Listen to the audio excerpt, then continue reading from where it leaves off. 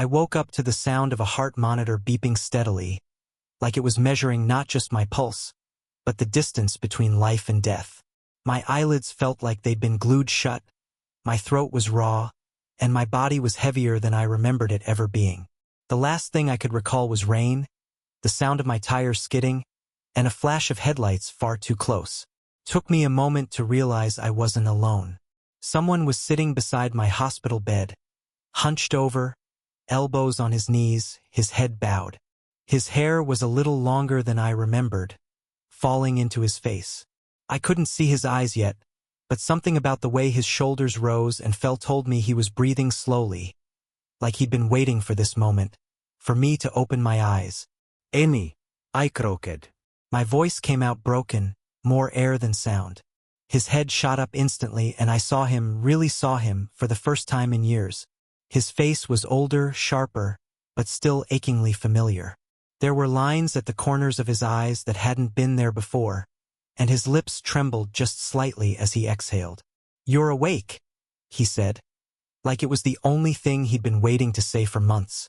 His hand reached for mine instinctively, like muscle memory, like all those years apart hadn't broken whatever connection we'd built. I didn't remember calling him.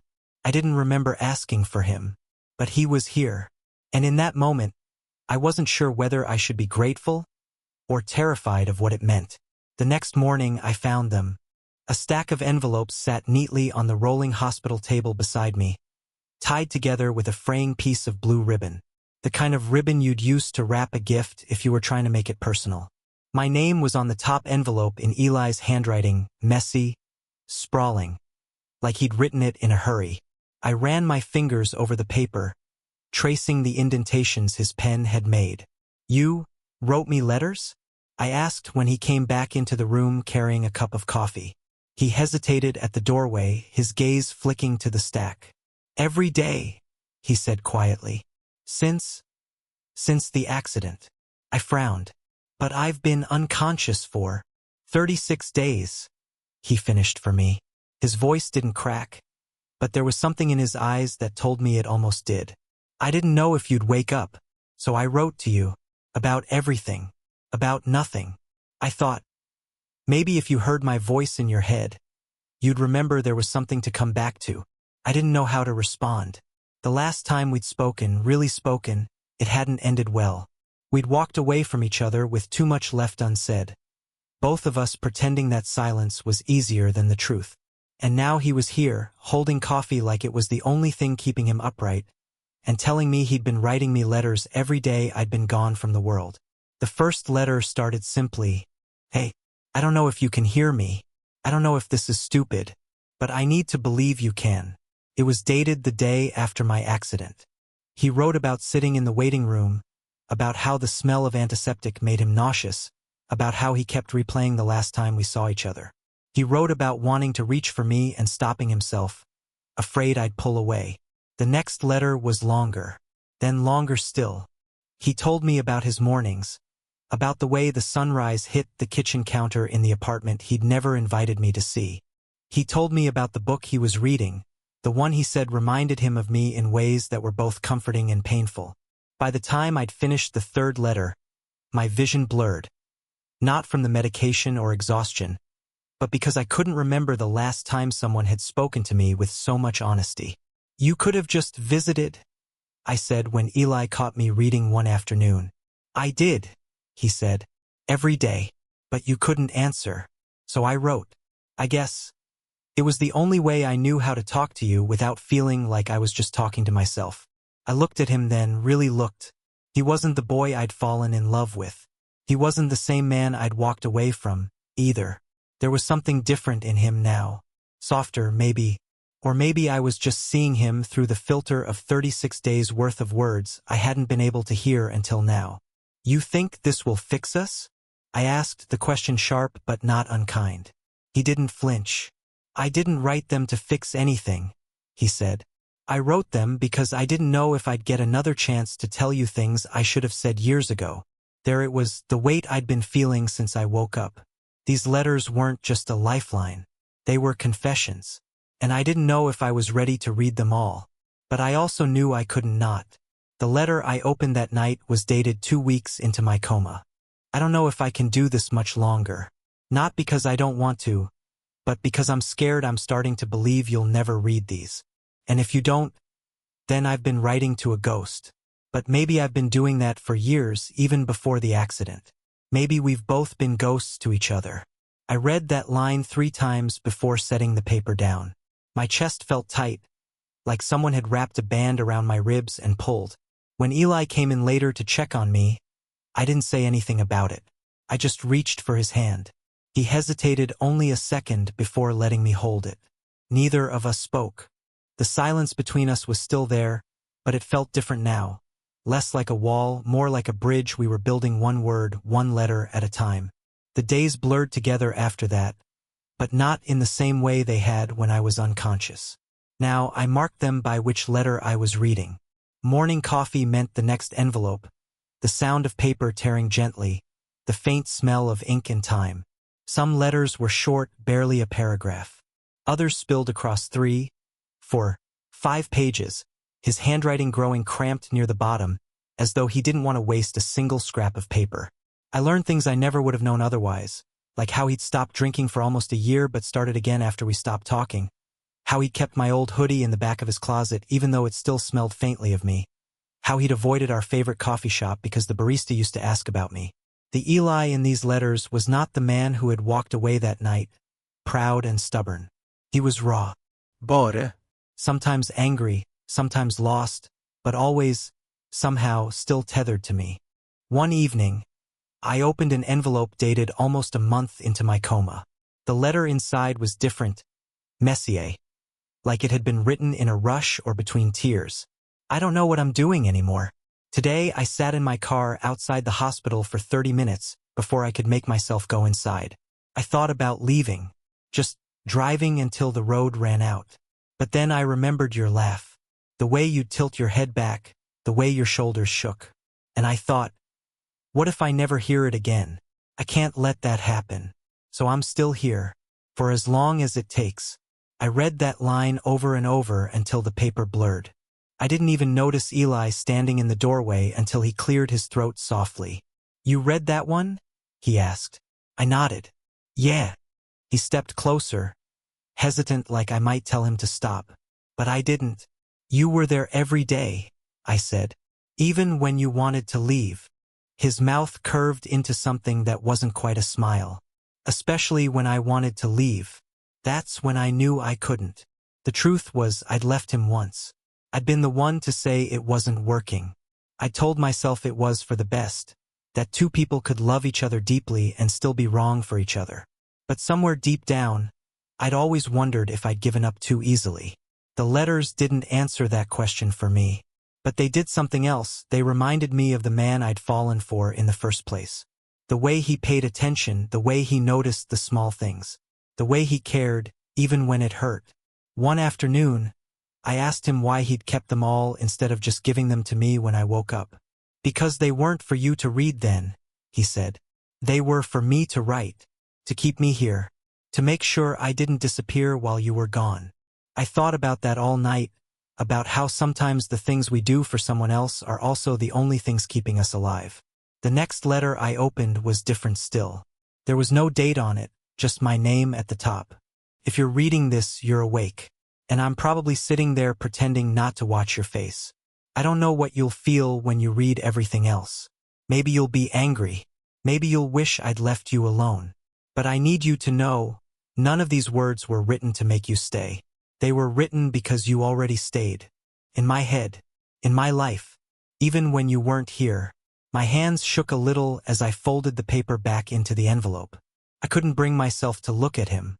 Instead, I asked quietly, when did you write this one? He hesitated. The night before your surgery. They didn't know if you'd make it. I thought, if you didn't, this would be the last thing you ever heard from me. The room was silent except for the faint hum of the fluorescent light above us. Eli, I said, and my voice cracked. I'm still here. I know. He reached for my hand again, and this time I didn't let go.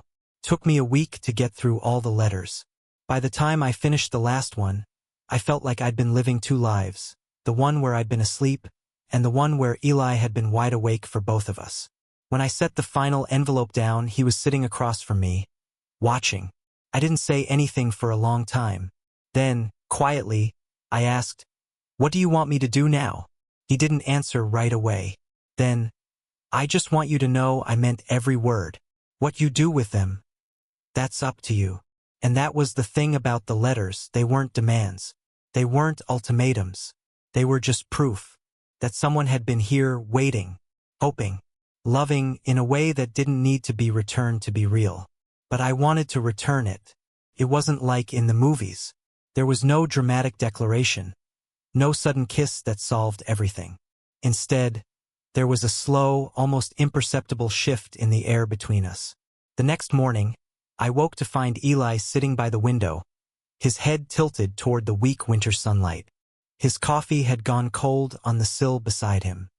He looked tired, but softer somehow, like the weight he'd been carrying had shifted. I cleared my throat, my voice still scratchy. "Do you still write letters?" He glanced at me, one eyebrow raising slightly. "Not since you woke up."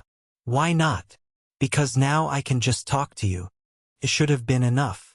It almost was.